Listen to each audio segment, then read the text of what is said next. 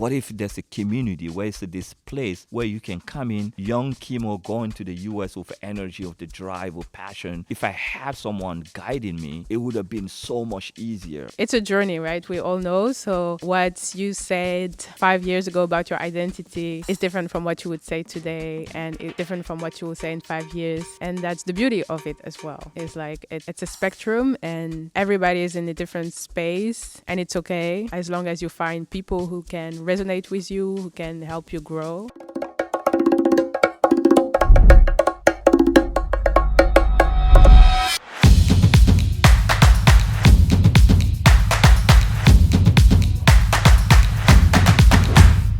Welcome to the Bicultural Edge, a podcast by and for the bicultural, the African diaspora, and friends.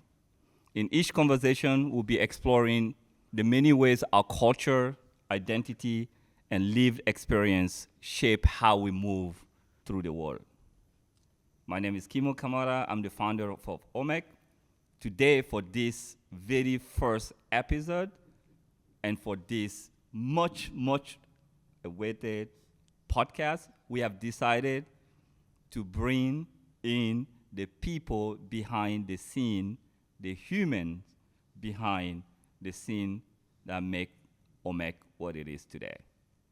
Without waiting much longer, let me introduce you to this amazing people.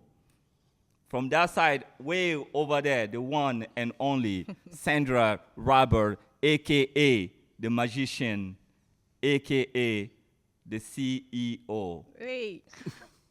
aka the boss. Ooh, okay. Hi, everyone. And next to Sandra is our man, for the longest time, the person who made the second man in the way bigger, amazing ladies in the Omek team, my man, Benjamin Sam. Hey, everybody. And the last but not least, we have the most reliable person, the most creative, and the most amazing talented, Sofia Lobo. All right, that's the energy we wanted to start. So, y'all ready? Yeah, we're We're ready. good. We're No, born ready. Now, come on now. That's not Born Omek ready. When I say We're ready, born you know ready. the answer. We've been waiting. Yeah, y'all ready? We're born ready. We are born ready. We are at the Omek. We are born ready. All right. So, I want you to start the conversation, right? But before we get started, I want you to introduce yourself. By doing so, can you tell your bicultural story? But start with where you from, where have you landed, and how does that show up today in your day-to-day life? Sandra, maybe you start. Yes. So I'm French. I was born and raised in the banlieue of Paris. But my parents are from the French Caribbean. My mom is from Martinique. My dad is from Guadeloupe. And I've landed in the Netherlands 11 years ago, in Amsterdam, to be more specific. And how does my bicultural mix show in what I do today? Well, I'm part of the Omek team, so I'm definitely the target audience of what Omek does, actually, and yeah, that shows in my work for sure. And also, I dance also next to being an event producer, and I think my background and this bicultural mix shows also in the way I move. Yeah. And Ben? Sweet. My name is Benjamin Sam. I'm Ghanaian. I was born in Takoradi, which is a port city in Ghana. But I was raised in Accra. I'm now in the Netherlands. I've been here for 5 years. And how my bicultural identity shows up is that I love food, and I always need pepper in my food, so that really shows up right here. But also, one thing that you will find about Ghanaians is almost no one is ever doing one thing. So here I've got my 9 to 5, but I've also got the Omek community, and I'm part of the Omek team. I love it. Sofia? I'm Sofia. I was born in Guinea-Bissau. I lived in Portugal. I was raised and lived most of my life in Portugal. My bicultural side manifests itself in the way that I need to express myself through art, through community.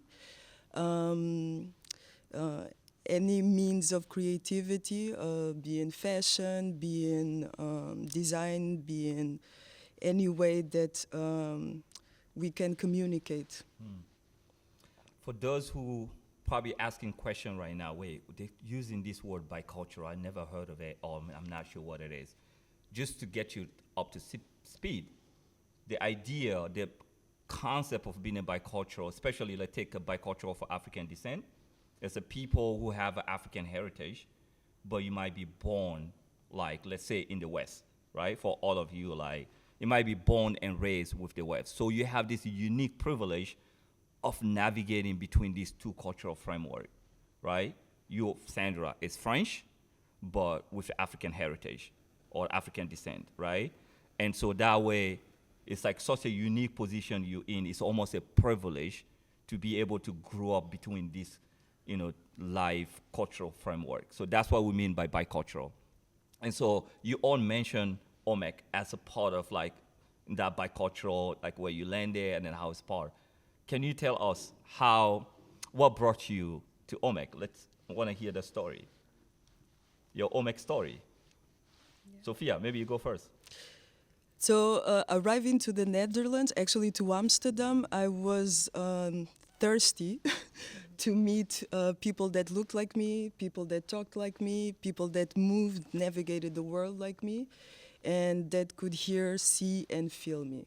And in that search, I came across this event where I saw for the first time a collective of Black creatives, professionals, which I had never seen because my experience in Portugal didn't allow it.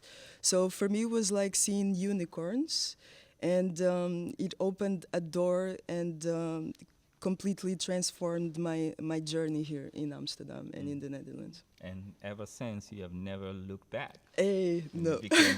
You became part of the family. It's like, I am not. Y'all have to try so hard to kick me out, and we haven't figured it out. We don't want to kick her out. There's no way. Well, we can try. There's no way. We can try. There's no way. The glue is too tough. Right. Yeah, it's not possible. Usually when I meet people, I'm the one who goes like, you are stuck with me, unfortunately. But you did that to us. You're like, y'all have no idea who you got in the family. Well, I found Omek because of Rabi, who is also part of the team. Yeah, but out. it's in Accra right now. So I came for the first event, the first Omek Summit. And I had this feeling that I could not forget, that to this day, I keep meeting people that always say the same thing when it's their first time at an event. So I went back, to school. I was doing my master's at this time. But then I finished my master's, and this was during COVID, during the lockdown. And I was trying to figure out what I was going to do.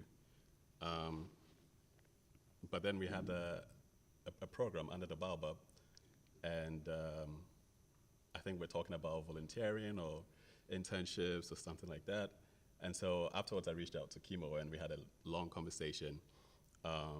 So I started to volunteer with the Omek team, and it was meant to be a thing I did before starting work, right? But like you said, you never really leave. So since 2020, I've been here. I've stepped, away a little bit because of my 9 to 5, but I'm always around, like you can see now. This is what brought me to Omek. Nice. Wow. So you were at the very first Omek Summit, the African Diaspora Collaboration Summit in 2019. I was right there. Right there. Sandra, was that a summit? You also came. Yes. There we you were go. in the same room. Yeah. Yeah, the OG. We that was OGs. like, we had no idea what we were doing at the time. No idea, but no, it was great. Yes. So. Yeah. So indeed, I joined the same event. And the reason why I joined is I had been in Amsterdam for already like probably 3 years. And at some point I think I realized that I needed to be more connected to people who look like me, like more diaspora people. I was really feeling that I was missing it. And also professionally, I actually felt like there is a gap. Like I know I love doing events, but I want to serve people that look like me or add more purpose or meaning to whatever I'm doing. And so I researched and I found Omek on Meetup. And then I saw it was a networking event. Same. Yeah, you too. I saw it was a networking event. And at the beginning, I was like, oh, I don't know. But then I was like, oh, it's my people. It's going to be fine. Like, I don't like networking with my people. It's going to be fine. So I joined. And yeah, then I entered. I remember exactly like seeing you and Kes at the check-in desk. And I was like, oh, okay, hi. And then I entered. And then I felt really at home. And I remember really being at awe with like what I could hear people say, and like it was so refreshing and so empowering. And yeah, that was my first experience. And then 2020 COVID broke out and I couldn't work anymore, and this is when I started volunteering and really being more involved with Omek, and it's been 6 years. Wow. And we're all stuck here. It's all stuck. It's been a journey. Yeah. Oh, man. I love the story. It's so like you just come in and you feel this, like, feeling inside. It's like, yeah, this is home. This is a space. And I think what I like about all this story, came in this space and then had that feeling.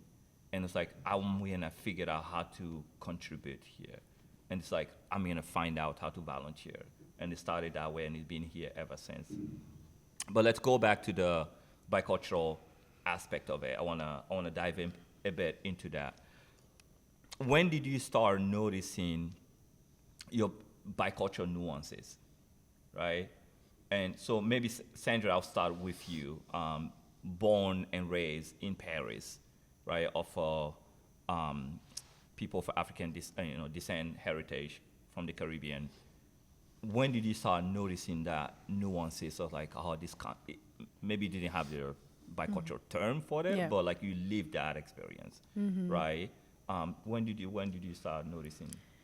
Yeah, I think it was in my childhood actually, because we would go to the Caribbean on both islands for the whole summer for 2 months, every 3 years more or less. And yeah, I remember like before going, I felt a sense of excitement, but also like, I want to actually, I would also like to stay here and hang out with my friends here, in my city. But then when I would go there, I would like love it a lot. And then coming back to France, I think this is where like I understood that this is a totally different life there in the Caribbean. Which Caribbean country? Martinique and Guadeloupe. Shout out to my people. Yes. From the Martinique and the Yep. Guadeloupe. Whoop, whoop, whoop. There you go. Yeah. So and then coming back, you feel like, oh yeah, that's different here. But I'm also comfortable. I'm comfortable there. I'm comfortable here.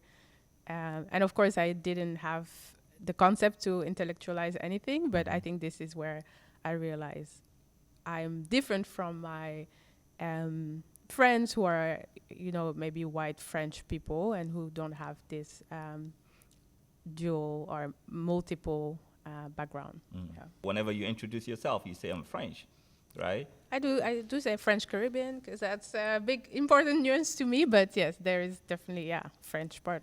But you don't shy away from any of these two. You're very proud of both of them, and then you own it, and then So I think that's very important into navigating. Ben, yours is a bit different. Like you were not born, right, in the West. You came in your adult, the early part of your life and the formative part of your life was in Ghana. Yeah. And now you've been here for how long? Now about 5 years. About 5 years. So you've been, you learn a lot about the Dutch culture for sure, and navigating that. And so you have like now the Western part. And then so like when did you start noticing the nuances? Okay, so Even though I basically developed into an individual while I was in Ghana, my mom's grandfather was European, and I went to a high school that was built by a British governor back in the day. And so I think what I'm heading towards now is the concept of time. In Africa, time is owned by the individual. So if there's an event and the event hasn't happened, then time hasn't happened. But in contrast, the European concept of time is linear. So it's like, the past, a goal we've got to get towards, and then, the present and then the future, right? So while I was in boarding school, you had time for everything. So you had to wake up at 5 a.m. to get a shower if you're in first year, right? And then you had 10 minutes. So if you were caught in the shower after those 10 minutes, you were in trouble. So, but then when you got out of boarding school and you had to meet a friend somewhere or meet people somewhere, people will sometimes not show up on the agreed time. So already some of these things were starting to play out over there. And I remembered that when I first came here for my master's, we had this one lecturer that said, "Oh, you're from Ghana?" And I was like, "Yeah." It's like, "Man, you guys in time." And I was like, "Yeah, I know what you're talking about." But the thing is, because of my mom's influence, right, she was always on time. My mom was always, if an event was starting at 8:30, she was there at 7:45. That's how punctual my mom was. Your mom is one of those. Yeah, one of those. So very early on already, the concept of time, being a bicultural, the concept of time was already sort of playing out in my life. I didn't really realize it then, right? But when I came here and started to basically navigate the system, I just started to realize how important time was for people in terms of punctuality over here. Whereas like back home, if it happens, it happens, like, oh, we've got to meet today, or I've got to go to the bank today. When I go home and I've got to go to the bank, sometimes I know I'm spending half the day over there, Whereas like, here you're like just done in 10 minutes, 30 minutes. Yeah. So, that's. I'm glad that you were able. It's nice, like, once you get the concept of bicultural identity, you can, like, hindsight, can go back and then the things that you already lived this experience, but you didn't have the vocabulary to like, and now you can go back and conceptualize it. Yeah. And because you've been navigating, even in Ghana, you've been navigating this, like even the small element of a cultural differences and nuances, right? In the Western culture, especially where we live, this part of like, if you're 5 minutes, if you're exactly on time, you're already late. You have to be 5 minutes early. Yep. Right? And back home, if you are 1 hour late, you're still on time, or maybe you're early.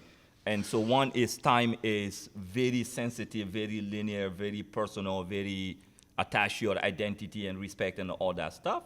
So, Sophia, I'd love to hear your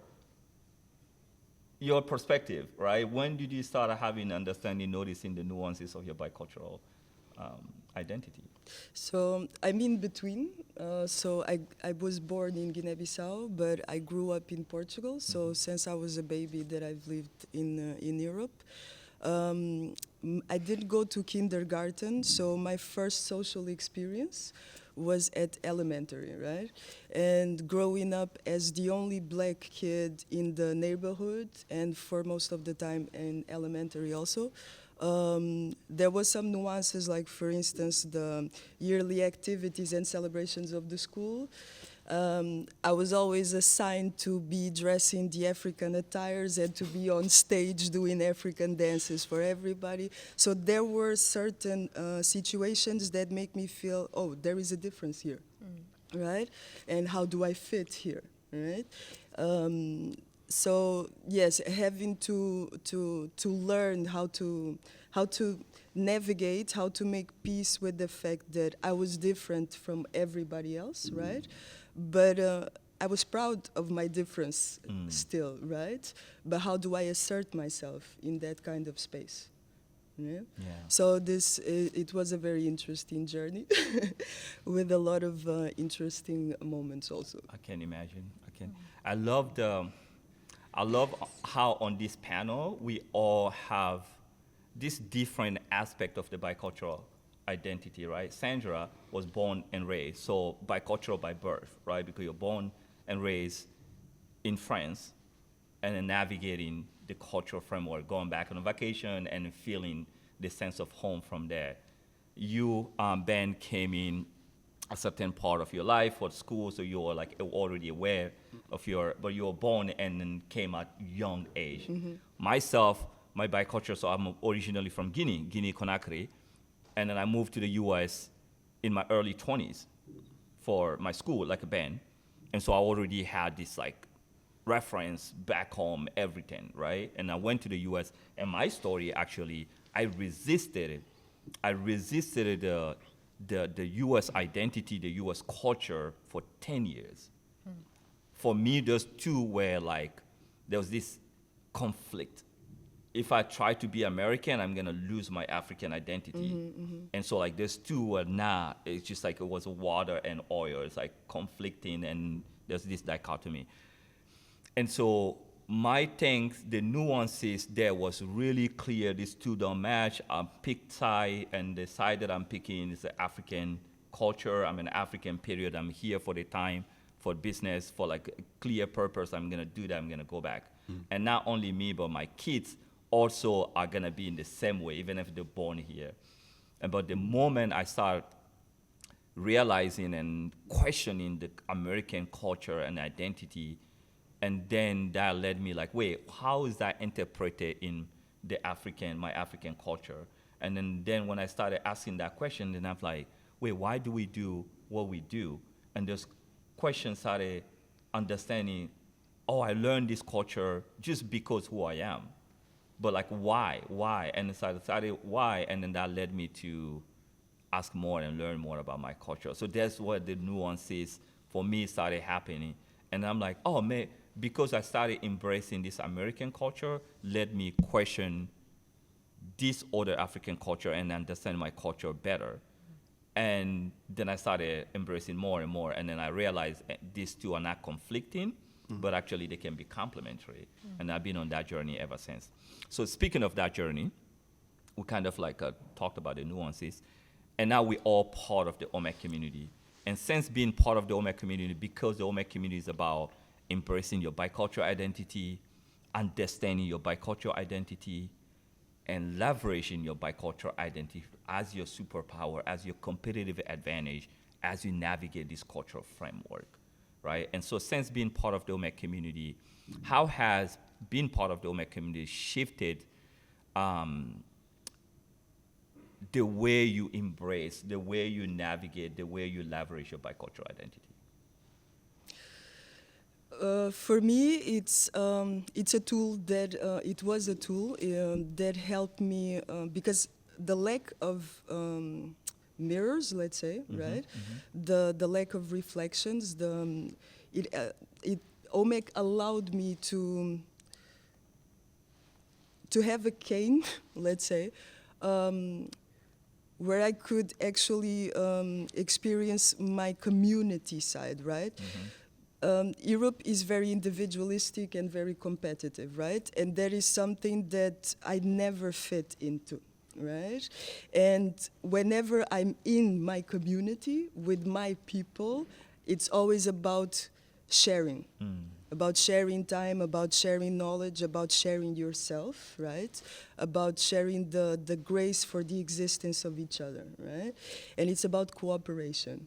And these are the things that I feel are essential for my being, and also are essential for the building of community, right? So in a way, I receive, but at the same time, I give. I love that. Before we go any further, let me tell you a bit what Omek is all about.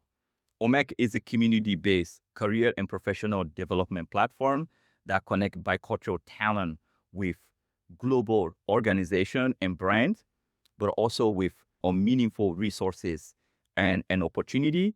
But most importantly, what we do is to connect you with a global bicultural support group. So if you're hearing this and listening to this anywhere and you're not part of the Omek community, here's my call to action for you. Go right away on the website and register and to join our digital hub, our digital platform for free, where you will have the opportunity to meet and connect and engage with the global community of other bicultural, and also be able to participate in workshop, meet new people, and find job. Together is the only way forward. Sandra, Can you I repeat love- the question, actually? I love to hear your perspective as Yeah. well, because you are actually the magician behind all the Omek events. like- Some. I mean, literally all the Omek event and the way you design the event. And this is something that, like, even before Omek, this is what you're passionate about, right? Designing space, designing event that embrace the culture and they showcase the culture and celebrate the culture. That's why Omek was like such a beautiful fit for you. You like, this is what I do, like. Yeah. And so, and people come to the Omek event, they have this feeling, like Ben was talking about, what you first came, where our bicultural identity is not only shown, it's not only celebrated, but it's felt, right?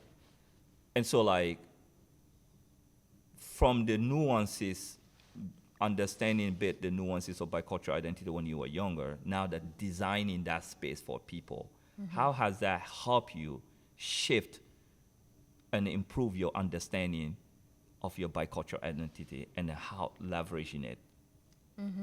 Yeah. I think for me it's more the other way around. It's like, as I was going through my own bicultural identity journey, I translated that into the experience that I would shape in events. And for instance, one of the reasons why I wanted to connect to with more diaspora people is because I wanted to create this series of events where we would, explore like cultural aspect of the diaspora, but while spotlighting the differences, right? Like, if we take food in the Caribbean, and you can also go into different places in the Caribbean, but also in Africa, is which was like, I think that represented a phase of my journey, like figuring out, okay, yeah, we're not a monolith. There's so many things, and which I think is still relevant. But then, as I engaged more with Omek, I got exposed to more ways of thinking, to different ways of conceptualizing being a diasporan. Then it kind of shifted to, just engaging with that topic in a different way. So, I think the nuance is like, it's a journey, right? We all know. So what you said 5 years ago about your identity is different from what you would say today, and it's different from what you will say in 5 years. And that's the beauty of it as well. It's like, it's a spectrum, and everybody is in a different space, and it's okay as long as you find people who can resonate with you, who can help you grow. And that's what I want to do through the events as well, is creating that space for everybody to come and figure out, okay, what's next for me, or finding inspiration to explore their own identity. Yeah. I have to say, you do an amazing job at it. Like, amazing job. Ben, I'll come to you on that. You, again, I want to piggyback on this thing that you say you came to the very first Omek summit and you felt something. Yeah. Maybe I can use the word belonging. I think we all know how that felt, and that's the thing that we get at, like, especially in the community, like Omek, right? Yeah. How, or what does it mean to actually belong, to contribute, but also benefit from a community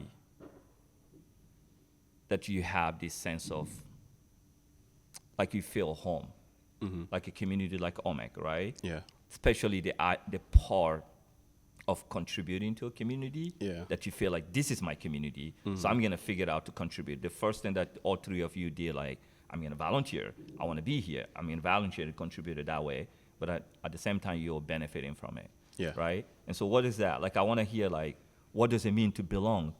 How do you contribute, but also you benefit from? Yeah. Okay, that's a very, very important question. Yeah. I think the first part of belonging in any space is having that feeling of safety. So I'm very much a reader of energy in any space. So when I first came to the first Omek event, I just felt like, okay, this is it. I was a bit coming out of my shell at that time because I grew up like a huge introvert, right? So I wasn't doing networking. Yeah, very surprising, right? Yeah. I was such a huge introvert that I think after school, about 6 years after school, people had thought that I was not in the country, but I was very much in the country. That's how big of an introvert I was. But when I came here, I wanted to come out of my shell a little bit. So when I came for that first networking event, I felt that feeling of safety, and that sort of allowed me to start to be myself, because I started to recognize elements of myself in other people. Other people had moved here. There were people who were born here, raised here, but there seemed to be a connecting thread in that room that somehow everyone had an experience that everyone else had somehow had. So that sort of made me feel really, really calm, in that space. And I started to feel like, oh, I like how I'm feeling here. And I never forgot that feeling, because when I came here for school, I was in an international school, right? I loved my friends, everything was great, but there was just something really different in that room that made me keep coming back. And so for me, belonging starts with safety, and then it starts with feeling like you can be yourself. Like in any relationship that you have, any friendship, you want to feel like you can be yourself. And that's what, but not even just be yourself, but be more. And that's what Omek gave me. So for me, that's what belonging is. And every time we've had an event, I felt like, okay, we've got to welcome people. We have to make sure they feel great here. And I think that that's very much the ethos of the Omek team. Like, we don't even really try. We just do it. It just happens. It's not. We never go sit in a meeting and say, "Oh, for this event, how can we make people feel welcome?" Yeah. No, we don't do that. We're really just focused on on the itinerary. Okay, this has to happen at this time. This has to happen at that time. We need breakout rooms. We need this. We need that. But somehow we all know what brings us together, and everything that we do, this thing that brings us together shows. And it's very apparent for people who come to Omek events for the very first time. So that, for me, that's belonging, and that's contributing to belonging. Beautiful. That's beautiful. I feel like this is my first time I'm hearing someone describe and articulate the sense of belonging so simply, but also like so clearly.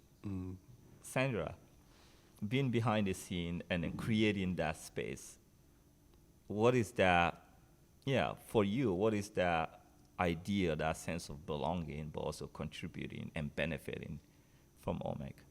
Yeah. The sense of belonging, I will join what Ben just said, definitely. It's like a space where you can be yourself. Of course, for me, it's a bit different because I'm always behind the scene. I always say that I'm part of the events, but I'm also running around, so I don't always have time to really experience the Omek experience, event experience. But there is still this sense of familiarity, this banter, this even if I don't have time to have full-on conversations with people, I at least have time to exchange a smile, and I can just be myself. I can joke around, so it's just easy. And then when it comes to contributing, again, it's like we are all target audience of what Omek does, so it's just natural. I'm just thinking about, okay, what would maybe the younger me have liked to have access to?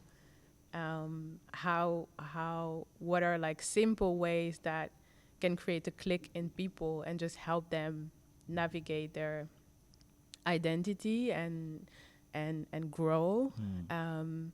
How can we help people connect with each other? Because we know that that's one of the challenges that we can have, especially in the Netherlands, in Europe, is like connecting as a diaspora. There are still, I think, a lot of obstacles, and Omek is a lot about that. It's like bridging like not necessarily everybody, but at least, regrouping people around one idea and this bicultural concept. And okay, now that we have that, how do we move forward? And it's, I'm really also interested in like philosophy, psychology, this kind of thing. So I also put that into the mix when I do my contributions to the community. And your contribution is so much appreciated. So much appreciated. And I think I know how to appreciate it from both sides. Like I go to the event, it's set up well. I participate in the event, I enjoy the event, even I'm a host and all that stuff. But behind the scene, I know we work together and like all that. And then like, so, yeah. Sophia, I love to hear, your perspective on these three, concept, the belonging at Omek, but contribution and benefiting from it. How have you benefited I from will it? add also from what Sandra and Ben said. Yeah. And so arriving to a space where you have people that that really see you, that recognize you, that you don't have to be in alert mode, that you don't have to justify or defend your existence or your biculturality, makes it almost impossible for you not to truly be yourself in your full existence, right? To live in your full energy, right? Yeah. And that is reflected in the space, right? When people feel your full self and feel that safety also coming from you, they also reflect it back, right? And because you're not worried with justifying or defending your existence in the space, it's also super easy for you to be able to feel the others, right? And to understand that everybody comes in different moments in their life, right? Needing different things also. And that you are, because it is a community and because it's natural for you, you are able to read that and provide that naturally, right? Absolutely. Creating that safety and that belonging into to everybody, including to yourself, right? And yes, working behind the scenes, it doesn't feel like working, right? Because it feels like we are a family.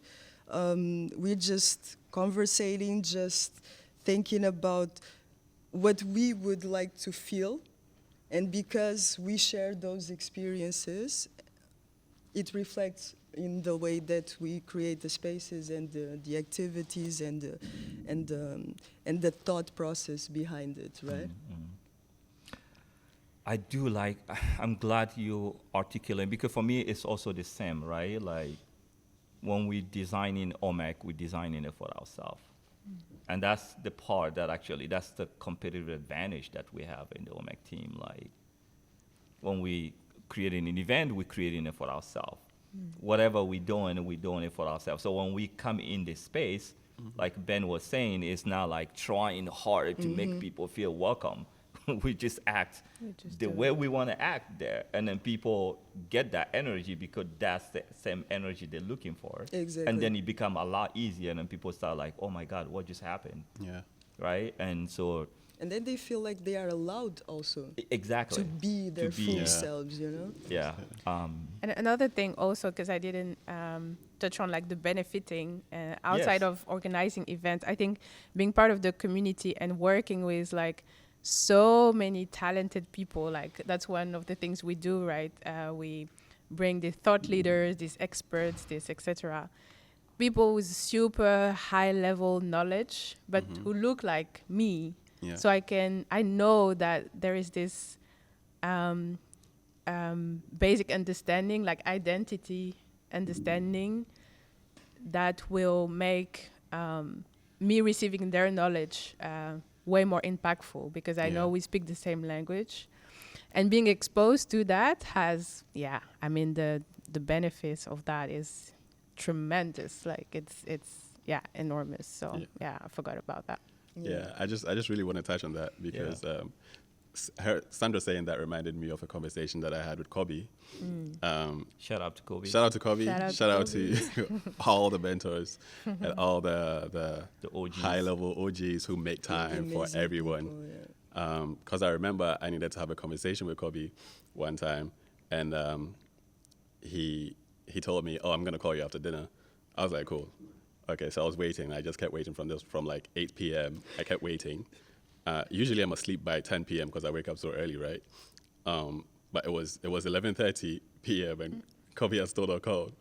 And then he called me at 12 a.m. and I was like, man, just to still be on his mind at that time really just shows you what community is about, right? Like, because nobody is trying to call other people at 12 a.m. Do you know what I mean? But because you give to the community, you're on top of people's minds. So if you ask for something, they are there. There are so many directors and high-level professionals who've made time for me, and this is just because I'm giving to the community. It's not because I'm more special than anyone. It's just because we're giving, right? And so that's like super, super important when you think about community. But Kemo, we want to hear a little bit more about like you, like because you started Passing the mic Omek. around, huh? Yeah. You're always leading the conversations, but because you started Omek, and what were you chasing when you started Omek? What was your mindset, and what were you hoping to achieve? That's a whole book. Yeah. Well, we've been waiting on this did I book open that for a door? Did while. I open that door? Yes, you opened. That's why sometimes I should think before I say something. Yeah. But anyway, what was I chasing? I mean, you all know, like, I grew up in a community space. My parents, and so I always say community is a part of my DNA. Like, my parents built community when we were running around, like Baba and Baby running around right now, but the community things happening. And so for me, that's the part of the DNA things happen. And so long story short, got on my journey to go to the US. Yeah, with this linear thinking, I'm going to the US, I'm gonna go to the best school, learn, the best, have the best education, best experience at work, and then come back one day at home and then be sitting at the table with the IMF, World Bank, and then, then they can't tell me anything. That's been my story where I left Guinea. And so going in the US, I never had that kind of community. I never had that support system that I grew up around, that I had, that was natural, that was normal, right? And so I put my head down. I have to work hard and then build everything from scratch. I never had a mentor. I never had, like Ben is saying, like having all these people, in the community, high level, successful, and then you can connect. And I never had that. And so I had to learn everything by myself in the States, and with this mindset of like my culture and then American culture clash, and never had a community. And so there was this essence, but you put your head down, that resilience, and then just go. I have a dream, I have to make it happen, no question about it, go. Long story short, make my way through the US and then everything, build a huge network, a community after 17 plus years living there, and we pack our stuff and came to Germany, and we had to start from scratch. And there was no support system. And for me this time, like after 17 years, I can't start from scratch. Again, this doesn't make any sense, right? And then I come in there and then I start from scratch, because what I do, like I'm a community builder. It's easy for me to connect with people and then build my community. I build it there. But to add to that, in there I did my master in development and economics and international study, and then through that I really, this idea of Omek need to be built. And so when I started building, for me there was this need, so like, why aren't people moving in places and start from scratch? There's so much energy that's wasted. There's so much talent that's wasted. What if there's a community where it's this place where you can come in, young Kemo going to the US with energy, with the drive, with passion. If I had someone guiding me, it would have been so much easier, right? And I could have directed my energy to the dream that I came. And the Germany would have been the same thing. And so when I was building Omek, I had this in my mind, like the younger generation that's coming after, because this is always going to keep repeating, right? And we're going to have a generation coming and coming, and they don't have any guidance. It's so much waste of energy and so much waste of talent. And so I had this drive, like, let's build a space, right, for the next generation that's coming to get guidance, to get that support, and then really amplify their voice, and they can like easily get to their dream and then maximize their potential. So that was always inside me, like, how do we, the young Kemo that went to the US with that dream, how do you build this ecosystem for him, and so he can like really succeed faster. And then so there was like that behind the head, behind the mind, but also like there's so the essence when I was building Omek, when the idea came in, and for us, even before that young Kemo, for us now, the Kemo right now, like how do you build the system, the ecosystem for all of them to come, also bicultural change maker to come together, and then to build that sense of support system. It's a place where we can empower each other, we can enjoy our bicultural identity, we can learn more about it, we can learn how to leverage it, we can learn how to harness it. So how do you build that kind of community globally? Not only in one place, for a person in France, in Germany, in the US, in China, in Dominican Republic, or in Guinea, can come together. That's the idea also, because once we build that for ourselves, we're creating a space where the young generation now can tap into that. So that's the essence, that's the energy, that's the drive, that's the thing that I was chasing, that community essence. Love That's it. very cool. Yeah, Thank you. absolutely. Y'all didn't ask me how do I benefit from. Yeah, how do you benefit? Thank actually? you. My man, I've been sitting here now. All right, so how do I benefit from Omek? It's so easy. Like, for me, I think you all talk about, like, I benefit from Omek because before Omek, I didn't know any of you. After Omek, like, you're all part of my family. So we came here, we didn't know anybody, and now I have a families. I have a people that I literally call like brothers and sisters that I can rely on, that I can support, like anytime I need them. And for me, that's the essence. As a community builder, that family concept is so important, right? You have this support system, you have a people that you can rely on. But beyond that, these people, we're all thinking about how do we contribute in this society? How do we make our community better? How do we move forward? How do we build a legacy, right? And so that sense of belonging, that sense of support, that sense of familiarity, that sense of contribution, that sense of impact, that's how I benefit every single day from Omek. Yeah. That's my story, and I'm sticking to it. Let's go. Let's go. All right. So this was amazing conversation. How do y'all feel? Yeah. First ever Omek podcast episode. What? Woo! We did it. All right. So what is the one word, or maybe two word, each of us want to close it out? Sandra, you go first. One word. It doesn't have to be a word. Yeah, it it can be a can sentence. be just.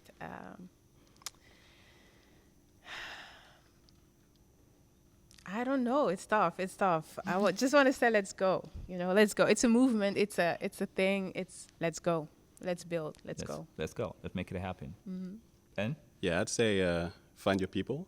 And when you find your people, don't just think about what you can get from your people, but think about what you can give or contribute to that community. I love it.